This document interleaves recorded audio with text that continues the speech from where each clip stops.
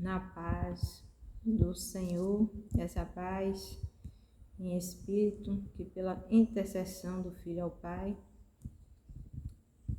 Deus nos dá, então, essa paz. Pois ninguém vai ao Pai se não for pelo Filho. Então, que Deus nos abençoe, Deus nos dê entendimento, sabedoria e inteligência diante das palavras sagradas, das Escrituras bíblicas. Lembrando, tudo o que está escrito não tem nenhum erro, nenhuma blasfêmia na Bíblia, nenhuma violação. Perante as profecias que a Bíblia fala, de todos os relatos, os acontecimentos e as histórias bíblicas, diante disso aí, foram acontecidas. Mas todas elas, como a Bíblia fala, né, em geração em geração, você comparando com a outra, é tudo uma só que tem algo que pode ser o inverso, pode ter algo que pode ser o reverso e pode não ser de tal forma. Então, é de acordo as nossas ações que gera então o sobrenatural. Por isso que o arrebatamento e o apocalipse e o fim dos tempos tem de várias formas, devido às ações. Porque tudo que está ligado perante Deus nas boas ações aqui na terra está ligado nos céus. E as coisas não alcançar tal energia, como eu cito um exemplo, como se fosse um tanque que precisa ser cheio dessa energia para que o Salvador venha buscar. Enquanto esse tanque não atingir, fica sob uma balança. Uma hora as pessoas se afastam de Deus, outra hora está fazendo costumes de pecadores e a energia profética começa também a balancear. Então é assim. Enquanto esse tanque aí não estiver cheio, vai acontecendo então em geração as profecias. Porque desde o primeiro livro da Bíblia, desde o segundo e o terceiro, e assim sucessivamente, quando chega no novo, alguma coisa mudou. Quando chega perto do novo, até perto mesmo, vamos supor lá em Jeremias, algo está... A profecia não se coincide com a de Isaías, ou alguma coisa assim. É porque, na verdade, isso aí... os profetas estão mentindo. Não estão mentindo. É verdade. Tudo que eles vivenciaram na época, eles estavam vivendo naquela época, na geração dele. Jeremias na geração dele, Isaías na geração dele. Tudo que eles estavam vivenciando, eles escreviam. E Isaías lá vivenciando, eram escritos os livros naquela época, a escritura, os oráculos, os pergaminhos, que viraram então escrituras bíblicas. E daí então parte para Jeremias. Jeremias então tem o que ele ia convivendo e ele ia escrevendo. Então não é mentira o que eles estavam convivendo diante das informações que eles recebiam. E perante essas escrituras e tudo mais, as coisas se modificam. O hoje, na época lá e também na época lá do Isaías, para o Jeremias, por exemplo, possa ser que um rapaz que não sabe quem é seu pai trabalhe para um certo homem, o patrão, por vários anos. Depois de vários anos, ele descobre que aquele homem é seu pai. Aí outra pessoa vai contar a história. Antes de ser descoberta, alguém vai dizer o empregado de fulano. Depois de descobrir a história, alguém chega sem saber lá do passado que ele foi empregado, vai dizer: o filho de fulano. Então é assim, as coisas modificam. E assim dando seguimento. Vamos lá falar também do que está aí, falar um pouco da Israel e Jerusalém. O termo de chamar filha, só Deus que tem essa linguagem, pois só Ele pode nos chamar de filho, porque Ele é o nosso Criador. A fé é o termo. O termo filha na linguagem do pecador, filha é usado para adquirir uma crença, através de... É uma crença que usa esse termo filha para atrair dinheiro. Então isso vem lá da antiguidade, então cuidado. Somos irmãos e irmãs, até os nossos filhos são os nossos irmãos abaixo de Deus. E o termo irmãos e irmãs é usado no termo da salvação. Uma mãe no hoje, que fora mais nova no passado, na juventude, recebe então seu esposo. A mulher se torna dádiva ao santificar o seu esposo, ato que nem a mãe do seu esposo pode fazer por ele. Por isso que Deus fala, quando o casal se une, larga pai e mãe. Então se une em um só corpo e um só espírito. Mas o largar não quer dizer ficar separado dos pais, não quer dizer que não vai ver mais os pais. O largar quer dizer que cada família terá sua casa. E o termo filha, esse termo filha aí da crença aí, gerou então a escravidão do Egito. Vira até uma maldição. Então cuidado aí com esses costumes idolátricos e de crenças que muitos usam por costumes e não sabem nem o efeito e nem o que pode provocar.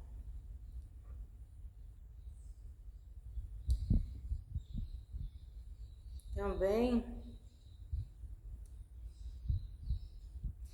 nisso ficou claro que ninguém pode fazer justiça com as próprias mãos por causa de boatos. Boatos é a fábrica de mentirosos. Jesus foi dado como cordeiro para ninguém não sacrificar ninguém. Em várias situações, perdão existe entre você e Deus, e mudanças vêm através de conselhos ou da própria vontade humana. Depois de Cristo, não existe esse termo apostásico, num aqui se faz, aqui se paga. Cada um paga seu pecado. Fazer apostasia e injustiçar é como e é você pagar na prestação das contas, no dia do julgamento, no dia do juízo, o pecado de quem você sacrificou. Mas mesmo assim, aquele que também praticou o pecado, se ele não se arrependeu, pagará também. Mas se ele se arrependeu, misericórdia. Então, o julgador é filho do julgado. Sendo que esta pode ser inocente, como no caso do imperador ser César, e a mim, aos olhos de Deus, levar a fama de imperatriz. Veja só, esse termo aí também usado aí, que muitas vezes fala da briga, não é que é briga, é um desentendimento entre Israel e Jerusalém. Mas eles escondem as máscaras, quem está por trás aí, quem as domina. Depois de Jesus, esse termo aí é usado antes de Cristo. Depois de Jesus, Jesus deu livre arbítrio. Então as mulheres têm livre arbítrio também para falar. E naquela época elas não tinham. Então os homens, os seus maridos, respondiam por elas. E então chamava ela de imperatriz. Não era ela coisa nenhuma, era quem a dominava. Quem domina a cidade de Jerusalém, um imperador, ou seja, um líder, governo que lidera um país ou uma nação, que é o imperador, como se fosse, comparando com o imperador, mas esse imperador aí é um governo muito forte, que comanda muitas nações e gera então a escravidão, misericórdia de todos. E também isso aí, essa rivalidade, quase uma certa rivalidade, mas tentando purificar. E então tem a explicação aí que nem Jerusalém, nem Israel, a culpa disso aí, desses entendimentos tudo, foi o governo delas. Então, foram então seus maridos. E essa coisa de chamar que sogra é isso ou aquilo, que é um dito popular, É sim, então não foi a sogra não, foi o sogro, isso aqui é oculto, porque as mulheres naquela época não tinham livre-arbítrio. Então os maridos respondiam por ela. E os profetas daquela época, o que eles vivenciavam, eles escreviam todas as informações. Então não foi a sogra não, aí foi o sogro mesmo. E dando continuidade, o sogro, a causa do desposório. Nisso ficou claro que ninguém pode fazer justiça com as próprias mãos por causa de boatos. Boatos é fábrica de mentirosos. Então, devemos então pôr a limpo as coisas, saber as informações corretas para não espalhar uma coisa que a gente não sabe de certeza e a gente acaba dando informações por boatos e a gente acaba sendo mentiroso daquela informação por causa que a gente ouviu o outro falar. Ou seja, o mentiroso falar também. A gente acaba sendo mentiroso. O termo que o Apocalipse fala, imperatriz no capítulo 17, termo profético usado desde o Velho Testamento, não pode fazer esse costume vir a maldição e escravidão. Vence a explicação, colocando então a culpa novamente na representante, que vai ser governada, e quem governa é o imperador, a cidade. Não quer dizer que todos são ricos, são imperadores, imperatriz. Esse termo,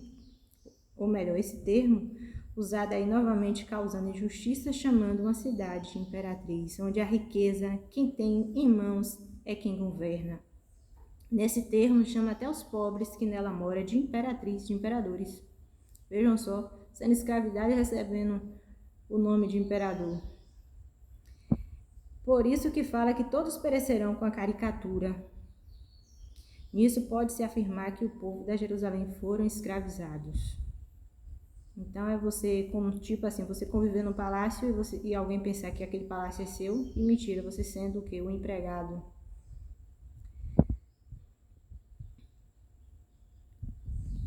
O autoritarismo querendo alto poder que desfez da minha os olhos de Deus, ou seja, desfez da vontade de Deus no hoje, para tirar a maldição do imperialismo, onde até os pequenos bilionários podem perder seus bens. O antídoto é não deixar o príncipe virar fera e o príncipe fazer todas as vontades da bela. A maldição causada pelo desposório, onde a Israel sofreu no passado e ficou vingativa, querendo descontar até por inocência na Jerusalém, que quem pagará o preço por essa vingança é o filho. Será uma mãe chorando depressiva, vence o arrependimento depois da morte. Maria e outras mães choraram na metáfora. O passado da Israel foi ser a Jerusalém, por isso que a Israel não pode acusar Jerusalém. Não se vingue de ninguém. Às vezes, quem paga o preço é a pessoa que você mais ama. Entre ambas, Jerusalém e Israel, quem sofre com a morte não são os habitantes. Jesus morreu também nessa metáfora. Salomão se perdeu depois de perder a menina aos olhos de Deus, por causa do desposório. Fazer a ação metáfora gera sobrenatural, e tudo que é ligado na terra é ligado nos céus. Se desligarmos dos céus, a terra se desliga de Deus. Apocalipse. Então, não imite costumes, é a destruição da terra. Sejais imitadores de Cristo, que liga aos céus e chama a salvação. Se for imitar pecador, não liga ao céu, não liga ao inferno e chama a profecia. Todos os males proféticos. Pobreza, imperialismo, doenças, pragas, tremores de terra e outros males proféticos em conjunto. Um fato que está até no dia de hoje, um fato histórico das escrituras sagradas, é a relação entre dois países, Israel e Jerusalém. Não deixa de ser verdade. Até hoje tem-se um desentendimento. Como podem duvidar, então, da Bíblia, né? Se está até hoje com clareza aí, você pesquisar aí sobre Israel e Jerusalém, você vai ter um entendimento.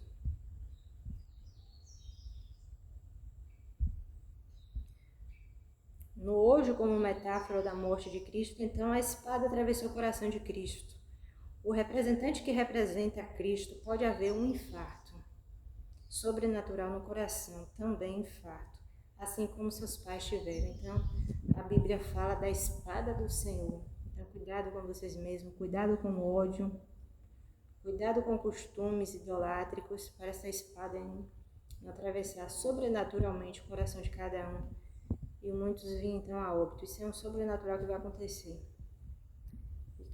E às vezes acontece, quem usa essas crenças, acontece, problema no coração. E aqueles que passam também são vítimas de crença e não sabem. Que às vezes tem umas crenças sobrenaturais devido aos costumes que as pessoas não procuram ser imitadores de Cristo, imita o pecador e acaba também não tendo informação do livro sagrado e faz até por inocência. Acaba também num caminho perigoso quando vê sua vida encurta, cheio de doenças, sem saber o porquê e a causa daquelas doenças. Às vezes muitos fazem crença e não sabem que o que está vivendo é uma crença.